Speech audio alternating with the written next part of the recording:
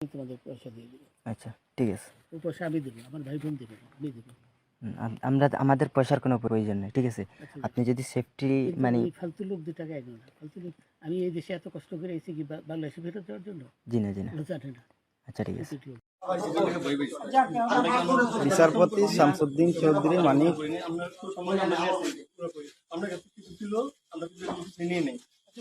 আচ্ছা ঠিক আছে, ওকে।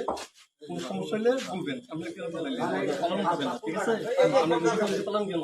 না পালাবো, আমাকে মেরে ফেলতে। কেউ মারবে না, না না কেউ মারবে না। আপনি বলবেন কি? জনগণ না, তখন তো একটা উচ্ছৃঙ্খলা হচ্ছিল তো। আমরা থাকবেন জনগণ। পাসপোর্ট ওই ব্যাগের ভিতরে দেখেন তো আছে কিনা? পাসপোর্ট ওইটা নিয়ে আমি ই করতেছি নাকি? পাসপোর্ট তো হারাই লাগছে বলছে। তোমরা কাপড় লাগাও না।